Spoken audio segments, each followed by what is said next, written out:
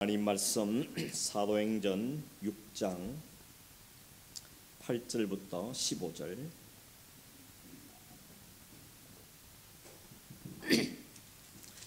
같이 한 목소리로 읽겠습니다. 스데반이 은혜와 권능이 충만하여 큰 기사와 표적을 민간에 행하니 이른바 자유민들 즉 구레네인, 알렉산드라인, 길리기아와 아시아에서 온 사람들의 회당에서 어떤 자들이 일어나 스데반과 더불어 논쟁할세. 스데반이 죄와 성령으로 말함을 그들이 능히 당하지 못하여 사람들을 매수하여 말하게 하되, 이 사람이 모세와 하나님을 모독하는 말을 하는 것을 우리가 들었노라 하게 하고, 백성과 장로와 서기관들을 충동시켜 와서 잡아가지고 공회에 이르러 거짓 증인들을 세우니 이르되, 이 사람이 이 거룩한 곳과 율법을 거슬러 말하기를 마지 아니하는도다.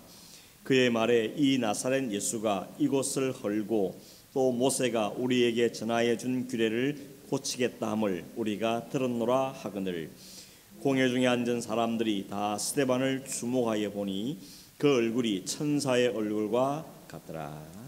아멘. 한국 땅에 복음을 전하러 왔다가 순교한 이 기독교 개신교의 첫 번째 순교사는 로버트 토마스라고 알려져 있습니다. 이 사람이 1859년대에 목사 안수를 받고 그 영국의 런던 선교에서 파송을 받아서 먼저 간 곳은 중국이었습니다.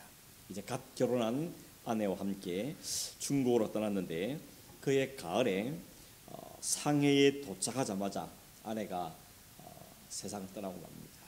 너무너무 안타까웠죠. 아내를 잃은 슬픔도 큰데 그 현지에 있는 런던 선교의 책임자들하고 서로 좀 마음이 안 맞아가지고, 뜻이 안 맞아서 이 젊은 이 선교사님이 그냥 선교사직을 그냥 버려버립니다. 사임을 해버리고 상해에서 세관에 취직을 하게 됩니다. 선교사로 갔다가 선교사 버려버리고 세관에 취직을 해서 살게 되는데, 나중에 스코틀랜드에 소속되어 있는 성서공회 소속의 알렉산더 윌리엄슨이라는 목사를 만나서 다시 마음에 선교에 대한 열정을 품게 되었습니다. 그런 중에 우연히 한국에서 천주교의 박해가 너무 심해져서 이 산동 지역으로 피난 온 천주교 신자 2명을 만나게 됩니다. 그래서 처음으로 조선이라는 나라에 대해서 알게 됩니다. 조선 나라에 있었구나.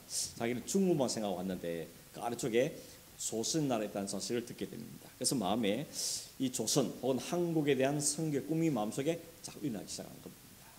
그래서 기회를 엿보다가 마침 한국어라는 배가 있는 걸 보고는 한문으로 된 성경을 많이 가지고 그걸 쌓아안고 한국으로 들어가게 됩니다. 들어간 곳은 황해도에 있는 창민도라는 섬에 가게 되는데, 거기 2달을 머뭅니다. 2달 있으면서 부지런히 그 한문된 성경을 조선 사람들한테 이게 뿌리고, 2달 동안 그렇게 뿌리고 또 가서 한국말도 배우고, 그러면서 2달을 있다가 다시 산독으로 돌아오게 되십니다. 그러다가 다시 조선에 가기를 소심탐탄 기회를 엿보고 있는데, 마침 영국의 상선인 제너럴 서문호가 한국으로 간다는 소식을 듣고는 통역사 자격으로, 한국말을 배웠기 때문에 통역사 자격으로 그 배에 같이 타고 조선으로 들어가게 되었습니다. 대동강을 따라서 그 방에 들어가게 되지는데, 그 당시 조선은 쇄국 정치, 문을 꼭 걸어 잠그고 다른 나라와 교류를 잘 하지 않은 이런 정책을 펼치기 때문에 그 대동강을 들어가던 그 배가 중간에 막힙니다. 조선 군대가 몰려와고 못 들어오도록 중간에 딱 잘 차고 그 사이에다 불 질러버립니다. 불화살 쏘아가지고 불을 질러버리죠. 그래서 사람들이 막 뛰어내리고 막 이제 배로 나오는데 기다렸다가 올라오면 다 죽여버리는 이런 일이 벌어졌습니다. 이 토마스 선교사도 육지에 가자마자 칼을 든 사람 앞에 서게 되죠. 이 사람이 마지막 칼에 찔려 죽기 전에 마지막 한 게 뭔가 하면 그동안 가져왔던 성경책을 사람들에 뿌려주고는 그 순교를 하게 되는 겁니다. 그때 나이가 27살이었다는 것입니다. 근데 그 토마스 선교사를 죽였던 사람 이름이 박충곤이라는 사람입니다. 박충곤이라는 사람인데, 이 사람도 성경을 막 뿌리니까 자기도 그 성경 하나 들고는 집으로 가져갔습니다. 그러는 그냥 심심할 때 보느라고 한번 보다가 그냥 예수 믿게 되는 겁니다. 이 말씀 자체가 능력인 것이죠. 아무도 설교하지 않았지만 성경을 읽다가 그 안에 있는 예수를 만나버린 겁니다. 그래서 박충관 사람이 마음의 예수를 받게 된 것이죠. 그리고 그때 박영식이라는 사람도 성경 한 장 가지고 갔는데 이 사람 성경을 뭐 했는가 하면 한 장 한 장 찢어가지고 벽지로 쓴 겁니다. 종이가 귀하니까 한 장 찢어가지고 벽지를 딱 붙여서 상을 했는데 벽에 붙어 있으니까 심심하다가 이렇게 보면 성경 구절이 보이겠잖아요. 그걸 읽다가 마음에 감동이 와서 이 사람이 또 예수를 믿어버리게 된 겁니다. 초기에 한국 교회는 특별하게 말씀 자체가 믿게 만드는 이런 역사들이 일어났던 곳이 한국 교회 선교의 특별한 모습이었습니다. 그때 토마스 선교사를 죽였던 박충곤의 조카가 있었는데 이 조카가 박영식 집에 놀러 왔다가 그 집에 발려 있는 벽지를 보고 또 성경 읽게 돼가지고 또 예수 믿게 된 겁니다. 이렇게 해서 초기에 한국 교회에 이런 예수를 믿게 된 사람이 몇 명 생기게 되었습니다. 이것이 한국 교회는 아주 독특한 선교의 모습이었습니다. 토마스 선교사가 개신교 목사로서 조선 땅에 최초로 순교의 피를 흘리고 죽어갔는데 그는 그렇게 죽어가고 한마디 말도 제대로 못하고 죽었지만 그가 뿌린 성경 때문에 거기에 있는 사람들이 예수를 믿게 되어지고 그 대동강물을 마시는 평양 사람들이 다수가 예수를 알게 되는 이런 역사가 일어나게 됩니다. 그리고 그 사람에게 칼을 들렸던 그 박영시라는 사람이 평양 최초의 교회를 세우게 되죠. 자기 집에서 교회를 시작하게 되는 것입니다. 이 평양이 그 당시에 동방의 예루살렘이라 이렇게 부를 만큼 급속도로 복음이 전파되는 곳이 바로 평양이었던 것입니다. 요즘도 많은 분들이 기도하죠. 평양에 다시 한번 그런 부흥해 주십시오. 그것이 우리의 공통된 기도의 제목이 되는 것입니다. 한국 선교사 가운데 최초의 선교자가 이 토마스 선교사라면 신약 성경의 신약 교회의 최초의 선교자는 스데반, 오늘 본문을 본 스데반이라고 말할 수 있습니다. 스데반이 어떤 일을 했는가, 무슨 어떤 사람인가는 성경에 기록이 잘 없습니다. 오늘 읽은 6장, 7장 딱 두 장에 스데반의 이름이 등장하고 있습니다. 그것도 스데반이 어디서 태어났는지, 부모가 누구인지, 무슨 공부를 했는지 이런 것에 아무 말도 정보가 없고 딱 마지막에 죽기 전의 이야기, 그 이야기만 상세하게 기록을 하고 있는 것입니다. 스데반의 이름 뜻은 뭔가 하면 면류관 혹은 왕관이라는 뜻입니다. 아마 부모님께서 그렇게 지어줬겠죠. 이 땅에 면류관 같은 왕관 같은 존귀한 인생을 살아라 이렇게 이름을 지어준 것 같습니다. 그 스데반이 어떤 사람인지를 오늘 성경의 몇 구절 쳐다보면 스데반은 은혜와 권능이 충만한 사람이었다라고 8절에 이야기하고 있는데 이미 앞장에 보면 7명의 집사를 뽑을 때 조건이 뭐였습니까? 믿음과 성령이 충만한 사람 7이라고 말했죠. 그러니까 그 중에 스데반 이름이 1번으로 나옵니다. 그러니 스데반은 믿음과 지혜와 은혜와 성령이 충만한 사람이었다 하는 것을 알 수 있습니다. 이 사람은 사도는 아니고 그렇지만 그는 한 사람의 평신도 지도자였지만 이 사람도 성령 충만했다는 우리가 알 수 있는 것입니다. 스데반은 우리에게 뭘 보여주는가 하면 한 사람의 그리스도인이 신실한 하나님의 백성의 삶을 살게 하는 능력이 어디서부터 오는가 하는 겁니다. 그게 뭔가 오늘 성경은 은혜와 권능이 충만함으로 이렇게 우리에게 설명해 주고 있는 것입니다. 우리 각 사람이 우리 목사뿐만 아니고 모든 성도들이 한 사람이 그리스도인으로서 살아가는데 꼭 필요한 것은 위로부터 부으시는 은혜, 하나님의 권능, 성령의 충만함. 이것이 우리를 그리스도인답게 살게 하는 아주 중요한 원리라는 것을 우리에게 말씀해주고 있는 것입니다. 오늘 여러분 이 사실 꼭 기억하시길 바랍니다. 이 세상을 살면서 내가 그리스도에서 어떻게 살 것인가, 그리스도 사는 삶의 비결은 무엇인가? 그것은 위로부터 부으시는 하나님의 은혜와 지혜와 성령 충만함. 그것이 우리를 그리스도인답게 살게 하는 중요한 비결이라는 것을 꼭 기억하는 우리가 되기를 간절히 바랍니다. 사도 바울은 그랬죠. 나의 나된 것은 오직 하나님의 은혜입니다. 내가 살아간 힘은 위로부터 보신 하나님의 능력입니다. 바울은 언제나 그 고백을 잊지 않고 해왔던 것입니다. 이 사실도 오늘 읽고 기억하면서 이 고백 가운데 우리가 살아가는 우리가 되어야 되겠습니다. 9절을 한번 보시면 9절에 이렇게 되어 있습니다. 스데반이 어떤 무리들과 논쟁을 벌였다 그랬습니다. 어떤 무리인가 하면 구레네인, 알렉산드리아인, 길리기아와 아시아에서 온 사람들, 이런 사람이 등장합니다. 근데 앞에 보면 자유민들 이런 뜻이 이 말이 나오죠. 자유민들, 이 말이 무슨 뜻인가 하면 로마 군대가 예루살렘을 에워서 포위합니다. 그리고 예루살렘 성과 성전을 다 파괴시키고 많은 사람을 포로로 로마로 끌고 갑니다. 끌려간 사람이 상당히 많았습니다. 근데 나중에 그게 AD 60년경인데 AD 63년 정도에 폼페이라는 장군이 이 사람들한테 자유를 줍니다. 이네 나라를 가도 좋다 하는 자유를 풀었을 때 그때 또 많은 사람들이 예루살렘 다시 돌아오게 됩니다. 근데 어디서 왔는가 하면 오늘 나오죠. 알렉산드리아에서도 오고, 어디서 왔다 그러죠? 또 구레네에서도 오고, 길리기아나 아시아에서도 왔다 이렇게 말합니다. 여러분 구레네 하면 딱 누가 생각납니까? 구레네 시몬 생각나죠? 그 구레네 사람, 예수의 십자가를 대신 일 같던 그 구레네, 그리고 바로 나온 알렉산드리아는 오늘날의 북부 아프리카 지역입니다. 아프리카 지역에 흩어진 사람들이 돌아왔다는 거죠. 그리고 길리기아, 그리고 아시아 이런 곳은 바로 우리가 아는 터키 같은 지역, 이런 아시아 지역을 소아시아 지역을 이야기하는 것입니다. 특별히 길리기아에서는 다소라는 곳이 거기 있습니다. 다소는 어디죠? 사도 바울의 고향이 다소죠. 태어난 곳이 다소인 것입니다. 어쨌든 흩어져 있던 많은 디아스포라 유대인들이 이제 자유를 허락받고는 예루살렘 많이 돌아왔다는 것입니다. 그 사람들이 돌아왔는데 그 사람들이 와서 뭐 했는가 하면 회당을 짓고 그 회당에서 많은 말씀을 가르치는 일이 생겼는데 그 회당에서 사람들이 유대인들이 모이는 곳이고 말씀을 듣는 곳이고 서로 논쟁도 하고 회의도 하는 그런 곳이 회당입니다. 그래서 유대인들은 10명 이상 모이면 회당부터 짓는다 그러죠. 한국 사람들은 10명 이상 모이면 교회부터 짓죠. 모든 좀 이게 성통한 부분이 있는 것입니다.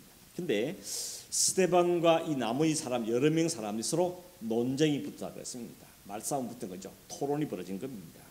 근데 이 사람들이 이 스데반 한 사람을 두고 여러 사람이 함께 논쟁을 벌였지만 한 사람 스데반을 감당하기 어려운 것입니다. 왜 그렇게 이유는 뭐라 그러죠? 지혜와 성령으로 말하기 때문에. 성령이 이렇게 말하죠. 지혜와 성령으로 말하는 스데반을 그 많은 사람들이 감당을 못하더라는 것입니다. 그래서 어떻게 했습니까? 오늘 그 11절, 12절, 13절에 보면 이 사람들이 어떻게 스데반을 대했는지를 이렇게 말합니다. 11절에는 사람들이 매수하였다 그럽니다. 매수가 뭔지 아시죠? 사람들 막 꼬드겨가지고 야, 저 나쁜 사람이라고 해. 이렇게 사람을 돈으로 샀다는 겁니다. 12절에는 백성과 장로와 서기관들을 충동시켰다. 충동은 또 뭔지 아시죠? 충동이 얼마나 나쁜 겁니까? 살살 부추겨가지고 막 화를 내게 만든 충동했다는 것이고 13절에는 거짓 정의들을 세웠다 그랬습니다.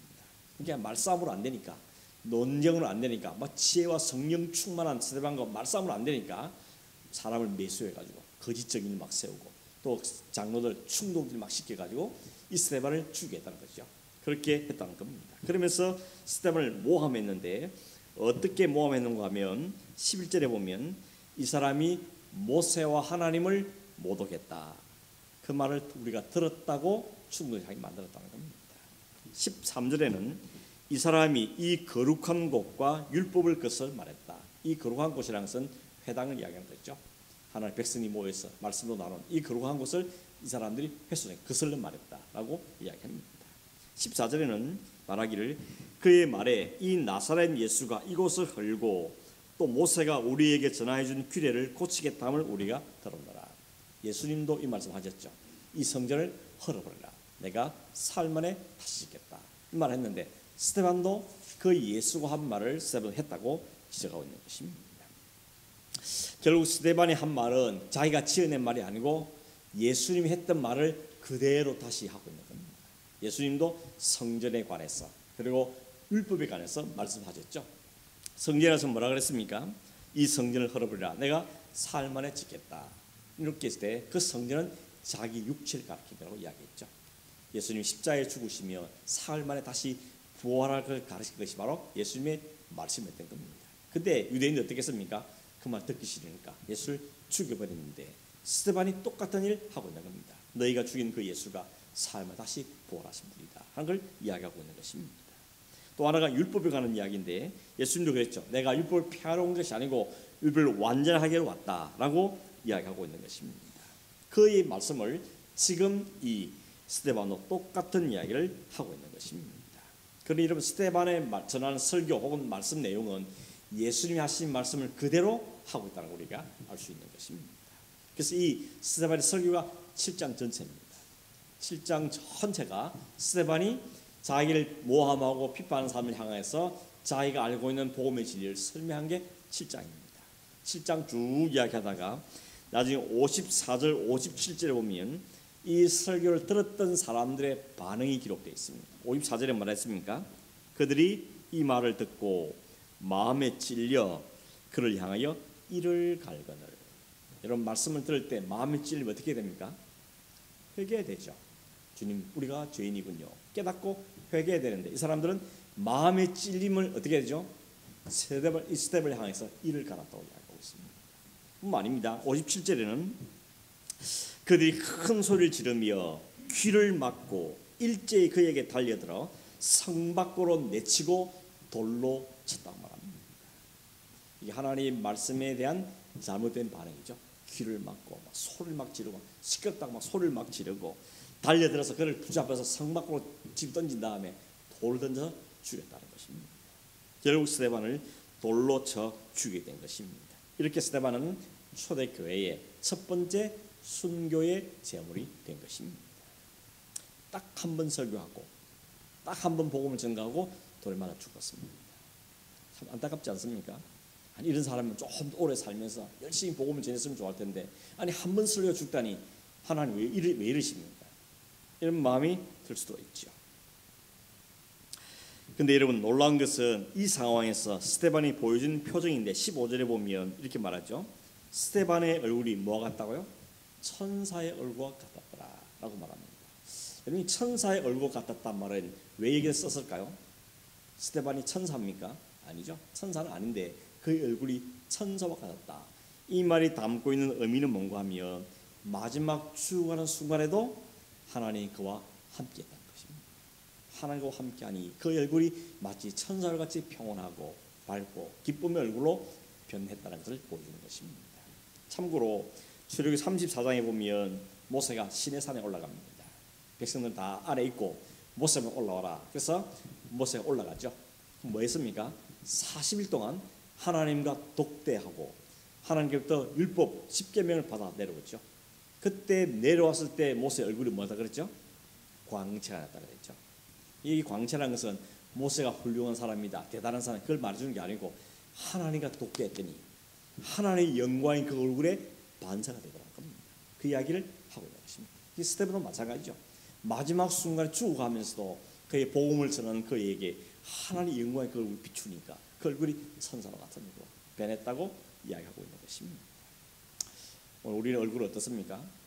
얼굴이 그 마음의 표현이고 감정의 표현이지 않습니까? 죽을 싹을 낸 사람도 있고 어느 사람 뭐같이 좋은지 얼굴 싱글벙글한 사람도 있을 거고 다양한 얼굴 표정인데 우리 마음의 것이 결국 얼굴로 표정으로 나타나게 되는 것이죠. 우리가 얼굴 관리, 표정 관리 잘해야 되는 겁니다. 늘 거울을 자주 보면서 날 찡그리 있고 너무 시무룩하고 너무 시니컬하지 말고 주 안에서 감사한 마음이 찬송도 부르고 그러면서 마음이 기쁜 삶을 살아야 되는 것이죠. 이런 생각이 들지 않습니까? 아니 하나님께서 함께 하신다면 아니면 돌이 탁 막아주고 돌이 옆으로 휙 지나가 버리고 이러면서 하나님 보시 그게 하나님 함께 하시 아닌가 이렇게 생각한 분이 있을지도 모르겠습니다. 왜 하나님께서는 스데반이 돌에 맞아 죽는데 아니 그것도 주의 복음에서 복음을 전하다가 맞아 죽는 걸 그냥 보고 계시는가 이런 마음을 생각이 들지도 모르겠습니다. 하나님 그때 잠시 스데반을 못 본 걸까요? 그렇지 않죠.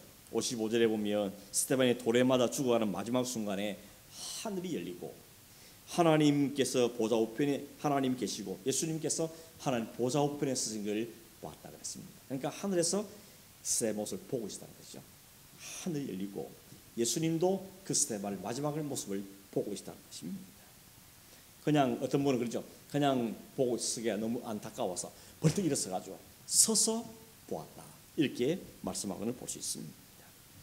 아니 그냥 서서 보고만 계실 것이 아니고 능력을 발휘하셔야지 왜 그냥 보고 계시는가 그렇게 생각할지 모릅니다. 능력이 없으면 어쩔 수 없지만 능력이 있으신 주님께서 자기를 위해서 맞아주는 그 스테반을 왜 안 지켜주시는가 이렇게 생각할 수도 있을지 모르겠습니다. 스테반을 죽이려는 그 무리를 막 그냥 혼내시고 스테반의 돌이 휙 지나가게 만들고 이렇게 해서 그를 쫙 지켜내시면 이야 역시 하나님을 위해서 살았더니 저렇게 하나님 보여주는구나 이렇게 했으면 좋았을 텐데 아무 일도 안 일어났습니다. 아무런 액션도 취하지 않습니다. 그냥 돌을 맞아 죽었다는 것입니다. 오늘 우리는 이런 일 때문에 시험 들 때가 있지 않습니까? 하나님 이때가 하나님 역사하실 텐데요. 이렇게 주셔야 되는데요. 하나님 왜 가만히 계십니까? 왜 침묵하고 계십니까? 나 사랑한다는 말 진짜 맞습니까? 이런 시험에 들을 일들과 생길 경우를 만나게 되죠. 왜냐하면 내 생각대로 안 될 때 내 환경을 왜 그냥 두십니까? 이런 마음을 품을 때가 있게 되는 것입니다. 하나님은 구원받는 데는 필요한지 모르지만 살아가는 데는 별 도움이 안 되는구나 이렇게 오해하게 맞는 경우도 생긴다는 것입니다. 말로는 하나님 우리를 도우시는 하나님이라 그러더니 돕기는 뭐 돕냐 이렇게 그냥 내버려 두시는가 이렇게 오해할 수도 있다는 것입니다. 로마서 8장 35절에 바울이 그랬죠. 누가 우리를 하나님의 사랑을 끊을 것인가? 칼도 아니고 적신도 아니고 어떤 것도 하나님의 사랑이 우리를 끊을 수 없다고 바울이 그렇게 고백을 했는데 이 말씀이 왜 스테반은 적용이 안 되는가 이렇게 생각할 수 있는 거죠. 이 말씀 우리가 오해하지 말 것은 하나님 우리와 함께 하신다는 것은 우리에게 아무 어려움이 안 생긴다. 하나님을 믿기만 하면 예수의 사람이 되면 아무런 환난도 없고 공고도 없고 핍박도 없고 어려움이 없다. 그걸 약속한 건 아니라는 것이죠. 그럼 뭘 약속하는 겁니까? 그 가운데도 하나님이 함께 한다는 것입니다. 돌에 맞을 때 하나님 함께 거기 옆에 계시고 어려움을 겪을 때 하나님 옆에 계시면서 그 돌을 맞으면서도 천사 얼굴을 잃지 않도록 하나님 우리에게 마음의 평강을 주시고 오히려 승리의 얼굴을 주시는 것이 하나님이 함께 하시면 증거라는 것입니다. 이걸 우리가 바라보면서 어떤 생각을 가져야 되겠습니까? 하나님이 함께 하시는 인생이 바로 이게 진짜 복된 인생을 하는 우리가 알아야 되는 것입니다. 하나님께서 스테반이 돌에 맞아 죽는 걸 분명히 보셨습니다. 하나님이 보셨으면 참새 한 마리도 그 생명을 하나님 마음대로 죽지 않게 하신 하나님께서 그를 보호하지 않았었는가 라고 생각할지 모르지만 하나님은 이 스테반의 인생을 첫 번째 순교제물로 기쁘게 받으신 겁니다. 첫 번째는 얼마나 영광스러운 겁니까? 1등이 얼마나 영광스러운 겁니까? 주의 나라를 위해서 주의 몸된 교회 가운데 그 7명 집사 가운데 혹은 많은 사람들 가운데 스테반이 첫 번째 주의 복음을 위해서 순교하는 사명을 받았고 그 사명을 잘 감당했으니 그것이 얼마나 기쁨이 될 수 있는 겁니까? 성경에 기록은 안 돼 있지만 스테반 적어도 그 마음을 이해했던 것 같습니다. 하나님 나를 받으시는구나. 내가 이 복음을 위해서 이 교회를 위해서 첫 번째 순교제물을 드리게 됐으니 나에게 참 영광이라는 거죠. 그 영광 속에 주어가는 스테반을 위해서 하나님께서 하늘을 제치시고 그를 쳐다보시면서 어쩌면 두 팔을 벌리시고 스테반을 받아주시는 그 장면을 스테반이 왔었기 때문에 그 돌에 얻어터지면서 아빠 피가 줄 흐르면서도 천사 얼굴 같은 얼굴을 하고 갈 수 있었던 것입니다. 만약에 스테반이 하늘 못 봤다면 하나님 이 어쩌기 그냥 어디 계세요? 불평이 가득했다면 천사 얼굴을커녕 아마 찡그린 얼굴을 쓸 텐데 그러나 그 스테반은 그 하나님을 보고 확실한 것이죠. 그랬더니 그 마음이 평강으로 가득 차고 그 안에서 기뻐하는 마지막을 보낼 수 있다는 것을 보게 되는 겁니다. 그래서 우리가 뭘 사모하게 됩니까? 돌이 안 날아오기를, 어려움을 안 겪기를, 집에 아무 일 안 생기를 바라기보다 뭘 바라야 되겠습니까? 어떤 환경이 있어도, 어떤 일 만나도, 어떤 생각지 못한 일을 찬다 할지라도 하나님이 함께 계실 보게 해주십니다. 하나님 나를 지금 보고 계시는구나. 하나님 나를 두 팔 벌고 계시는구나. 하나님 나와 함께 하시는구나. 이걸 볼 수만 있다면 우리도 역시 스테반처럼 어떤 어려움 속에서 기뻐할 수 있는 거죠. 찬송할 수 있는 거죠. 결국 관건은 우리가 뭘 보느냐, 뭘 들을 수 있느냐, 뭘 믿고 확신할 수 있느냐, 여기 관건이 있는 것이지 환경과 상황이 좋고 나쁘게 우리에게 달리는 게 아니라는 것을 다시 한번 우리에게 분명하게 보여주고 있는 것입니다. 우리가 오면서 꼭 기억하면서 여러분 스테반의 일은 이랬다는 것은 스테반만이 아니고 오늘 우리 모두에게도 주시는 그리스도의 살아가는 사람에게 줄 하나님의 약속이고 축복이라는 것을 우리가 기억할 필요가 있는 것입니다. 여러분 스테반의 순교가 거저 순교가 아니라는 것을 우리에게 보여준 두 가지 핵심 사건이 있었죠. 그게 뭔가 하면 첫째는 예루살렘 교회가 이 스테반의 순교, 이 핍박을 계기로 사방으로 흩어지게 되는 겁니다. 주님께서 뭐랬습니까? 예루살렘을 넘어서 유대를 넘어서 사마를 넘어서 땅끝까지 복음을 전하라 했지만 사람들 안 흩어지고 있습니다. 우리끼리 좋은데요. 모여서 말씀 나누고 기도하고 서로 떡을 떼고 서로 막 물건 통용하고 이게 좋은데, 그러고 있을 때 흩어지지 않는 그 교회에 스데반에 임한 그 순교, 그 핍박을 인해서 사방으로 복음이 흩어지는 획기적인 사건이 것이 바로 스데반의 죽음이 출발점이었습니다. 또 하나는 스데반이 죽을 때 옆에 누가 있었습니까? 사도 바울이. 그때는 사도 바울은 아니죠. 사울이 그 옆에 서 있었습니다. 근데 그 사도 바울이 이 스데반의 순교로 인하여서 그가 오히려 하나님께 돌아서는 회심의 사건이 나타낸 또 하나의 계기가 된 것이 스데반의 순교의 모습이라는 겁니다. 그러니 여러분, 결과적으로 어떻습니까? 스데반의 순교를 통하여서 복음이 온 땅으로 흩어지는 계기가 되어졌고, 사울이라는 사람이 바울이라는 사람을 회심하게 되는 중요한 계기가 됐다니, 이 스데반의 순교는 얼마나 가치 있는 것입니까? 이 사람이 그때 죽었을 때 내가 왜 이렇게 죽어 했겠습니까? 영광스럽게 하나님 보좌에 그는 올라간 거고, 그 하나님의 영광이 이 땅에 나타나져서 이런 놀라운 역사들이 일어나게 되었다는 것입니다. 그러니 여러분, 우리가 잘 되는 것만이, 우리가 생각하는 잘 되는 것만이 복이다, 그 생각에서 일단 버려야 되는 것입니다. 내가 늘 건강하고 늘 하늘마다 더 잘 되고 장에 아무 문제가 없고 집안 모든 형통하고 이것만 우리가 복이라 생각하는 경우가 많은데 그렇지 않다는 겁니다.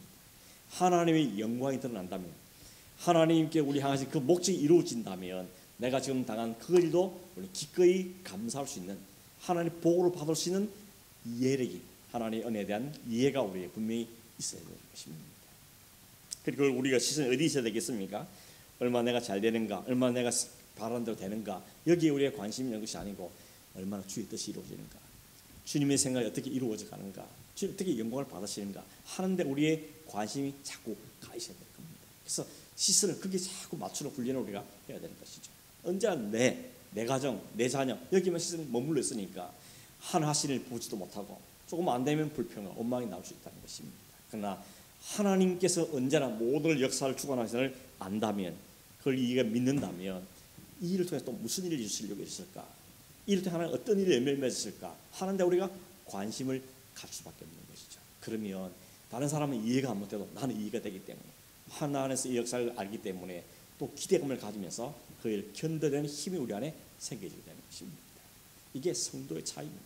일반 사람들은 고통을 받으면 저주하고 원망하고 불평할지 모르지만, 우리 믿음 있는 사람들은 이 일 속에 담긴 하나님의 비밀이 뭘까, 이걸 생각하게 되고 그 하나님을 알기 위해서 기도하게 되고, 하나님이 세상 끝날 때 함께하는 그 약속을 붙잡기 때문에 또 하나님 뭔가 있을 것이다, 이런 소망 가운데 그 일을 견디는 힘이 우리에게 생긴다는 것입니다. 이게 성도로 살아간다, 그리스도인 살아가는 힘이고 원리라고 말할 수가 있다는 것입니다. 결국 스데반에게 믿음이 있었던 거죠. 뭐에 대한 믿음입니까? 하나님에 대한 믿음. 하나님 믿는 믿음이 있었고, 하나님 자신이 맡기는 그 복음에 대한 믿음이 있었던 것이고, 바울이 말하는 것처럼 살든지 죽든지 감옥 안에 있든지 바깥에 나가든지 바깥에 있든지 어떻게든지 하나님의 영광을 받게 된 믿음이 있었던 것을 보게 되는 것입니다. 오늘 우리에도 이런 믿음이 있기를 소망하게 되는 것이죠. 내게 좀 믿음을 주십시오. 환경과 상황과 너무 좀 헤매지 아니하고 하나님 분명한 믿음을 갖고 환경도 뛰어넘고 정복할 수 있고, 또 우리의 어려움을 찾아도 그 속에 있을 하나님에 대한 믿음을 분명히 붙잡고 이 몸을 헤쳐나갈 수 있는 그런 믿음이 우리 있기를 구해야 되는 것입니다. 하박국 선지자가 그랬죠. 세상을 보니 이해가 안 되고 저 악한 사람을 보니 이해가 안 됐는데 결국 뭐로 이해가 됩니까? 오직 의인은 믿음으로 사는 거구나. 믿음으로 사는 게 성도구나. 하나님 이해됐을 때 하박국이 찬송으로 바뀌죠. 이제 소밭 외양간 소가 없어도 괜찮고 뭐가 소출이 없어도 괜찮고 다 없어도 여호와 하나님께서 우리의 영광을 주시면 하나님 즐거워하시려면 나도 기뻐할 수 있다라고 이런 고백으로 바뀌어진 우리의 보여주고 있는 것입니다. 우리는 하박국 어떻게 그렇게 돼 싶지만 성령이 우리는 역사하시고 우리의 믿음이 역사하시고 우리에도 이런 동일한 고백이 인하게 된다는 것을 우리에게 분명하게 말씀해주고 있는 것입니다. 결국 믿음이란 건 뭡니까? 어떤 사람은 그런 생각도 있죠. 아니 기왕이면 잘 되면 좋은 게 아니겠는가? 물론 그렇겠죠. 그러나 잘 안 된다고 해서 마치 하나님 안 계신처럼 원망하고 불평한 자로 가는 것은 곤란한 우리에게 말씀하고 있는 것입니다. 결국 잘 되면 안 되겠는가 하는데 결국 우리 마음속에 잘 되길 바라는 이 내 자존심이나 혹은 내 가치를 세우고 혹은 내 욕심, 내 명예를 위해서 잘 되길 바라는 것이 있다면 하나님이 그것은 용납하지 않는 것이죠. 진짜 하나님 영광을 위한 사모함 우리에 있기를 하나님은 기뻐하고 계시는 것입니다. 그래서 믿음은 뭐라 그럽니까? 나는 죽고 그리스도 사는 게 믿음인 거죠. 그리스도께 죽으시고 우리가 살아난 것처럼 우리가 죽어야 사는 게 바로 믿음을 우리에게 말씀해주고 있는 것입니다. 우리 스데반을 통하여서 그리스도인으로 산다는 게 뭐냐 하는 걸 우리 오늘 말씀해주고 있는데, 그리스도인으로 산다는 것이 다 형통하고 다 잘되고 잘 복받고 건강하고 그것만이 그리스도인 사는 것은 아닌 것을 우리 말씀했습니다. 아버지 하나님의 기쁜 뜻을 사는 것이 그리스도인 사는 것이고, 위로부터 부으신 은혜와 능력으로 우리 주신 사명을 감당하는 게 바로 그리스도의 삶인 것을 우리에게 보여주고 있는 것입니다. 여러분, 스데반처럼 다 순교해야 된다, 이게 오늘 결론이 아닙니다. 스데반처럼 순교를 다 해야 된다, 그걸 말씀하는 것이 아니고, 사람이 가장 두려운 죽음마저도 뛰어넘을 수 있는 그 죽음 앞에서 당당할 수 있는 삶, 그게 바로 그리스도의 삶이다 하는 걸 오늘 우리에게 보여주고 있는 것입니다. 그래서 이 세상 사람들 혹은 여러 가지 것들에 우리가 휘둘지 않고 살게 되는 힘을 갖게 된다는 것입니다. 그 일을 어떻게 왔다고요? 지혜와 권능, 그 힘은 위로부터 부으시다는 것입니다. 스데반이 자기에 나온 능력이 아니고 위로 부으신 은혜, 부어진 능력, 부어진 말씀의 권능, 하늘을 바라보고 봤으니 그 능력 때문에 이 모든 상황에서도 찬송할 수 있는 걸 바라보면서 오늘 우리도 위로부터 부으신 은혜를 사모하고 성령의 충만을 사모하며 하나님 이 세상에서 그리스도인으로서 값지게 살아가게 해주십시오. 이것이 우리의 기도 제목이 되어지고, 그런 교회가 되기 위해서, 또 그런 우리의 자녀들, 가정들이 될 수 위해서도 귀한 우리가 되어지를 간절히 바랍니다. 기도하겠습니다. 고마우신 하나님 아버지, 오늘 스데반의 마지막 모습을 통하여서 그리스도를 산다는 게 어떤 것인지를 오늘 우리에게 말씀해 주시고 또 알려주신 것 진실로 감사함을 드립니다. 오 하나님 아버지, 스데반 같은 마음으로, 스데반 같은 심정으로 하나님 살아가는 저희 삶이 되어지기를 원합니다. 하나님 아버지, 환경을 뛰어넘고 상황을 뛰어넘으며 죽음마저 두려워하지 않고 주의 영광에 살아갈 수 있고 주님 기뻐한 사명을 잘 이루는 삶을 사는 저희 되도록 이끄시고 인도하여 주시옵소서. 어떤 환경 속에도 주님을 향한 믿음의 시선을 놓치지 않도록 도와주시기를 원하오며, 우리의 하나님의 믿음과 확실히 무너지지 않도록 도우시고 불평과 원망으로 바뀌지 않게 하시고 감사와 기도와 기대로 바뀌는 저희들이 되게 하여 주시옵소서. 성령께서 스데반을 꼭 붙드셔서 마지막 순간 승리했던 것처럼 오늘 우리도 꼭 붙드시고 함께해 주셔서 우리도 주님의 승리의 영광을 돌려드리는 인생이 되도록 축복하여 주시옵소서. 그리스도인 삶을 살아내는 우리의 삶이 될 수 있도록 주님 함께하여 주시기를 간구하옵고 예수님의 이름으로 기도하옵나이다. 아멘.